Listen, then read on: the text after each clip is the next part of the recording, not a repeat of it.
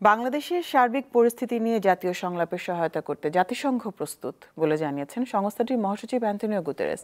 রোহিঙ্গা সংকটে বাংলাদেশের পাশে দাঁড়াতে আন্তর্জাতিক সম্প্রদায়ের প্রতি আহ্বানও জানান তিনি। শনিবার ঢাকায় সংবাদ সম্মেলনে জাতিসংঘ মহাসচিব এইসব কথা বলেন। এতে পররাষ্ট্র উপদেষ্টা জানান, অবাধ ও সুষ্ঠু নির্বাচনের মাধ্যমে গণতন্ত্র ফিরিয়ে আনতে বর্তমান সরকারের প্রতি জাতিসংঘের সমর্থন রয়েছে। 4 দিনের সফরে বৃহস্পতিবার বাংলাদেশে পৌঁছান জাতিসংঘ মহাসচিব আন্তোনিও গুতেরেস। সফরের দ্বিতীয় দিন প্রধান উপদেষ্টার সাথে সাক্ষাৎ ও তার সাথে কক্সবাজার রোহিঙ্গা ক্যাম্প পরিদর্শন এবং তাদের সাথে ইফতারে অংশ নেন। তৃতীয় দিন ঢাকায় রাজনীতিবিদদের সাথে বৈঠক সহ নানা কর্মসূচিতে অংশ নেন জাতিসংঘ মহাসচিব। পরে পররাষ্ট্র উপদেষ্টার সাথে যৌথ সংবাদ সম্মেলনে তিনি বলেন, বাংলাদেশের বর্তমান পরিস্থিতিতে জাতীয় সংলাপে সহযোগিতা করবে জাতিসংঘ।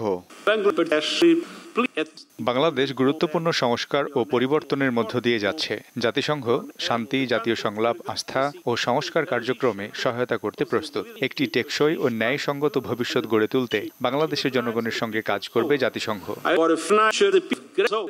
এ সময় তিনি রোহিঙ্গা সংকট সমাধানে আন্তর্জাতিক সম্প্রদায়কে এগিয়ে আসার আহ্বান জানান। রোহিঙ্গাদের জন্য বাংলাদেশ যা করেছে তা প্রশংসনীয়। রোহিঙ্গা সংকট কাটাতে সর্বোচ্চ সহযোগিতা দেবে জাতিসংঘ। রোহিঙ্গা সংকট সমাধানে আন্তর্জাতিক সম্প্রদায়কে তহবিল যোগানে এগিয়ে আসতে হবে।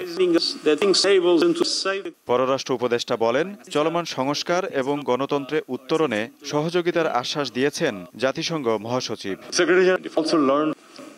অবাধ ও সুষ্ঠু নির্বাচনের মাধ্যমে বাংলাদেশে গণতন্ত্র ফিরিয়ে আনার প্রক্রিয়ায় বর্তমান সরকারের প্রতি জাতিসংঘের পূর্ণ সমর্থন রয়েছে। রোহিঙ্গা সংকট সমাধানে বাংলাদেশের পাশে আছে জাতিসংঘ।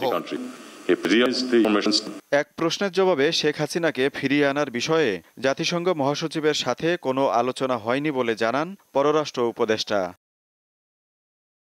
আজিজুল ইসলাম, দীপ্ত সংবাদ, ঢাকা।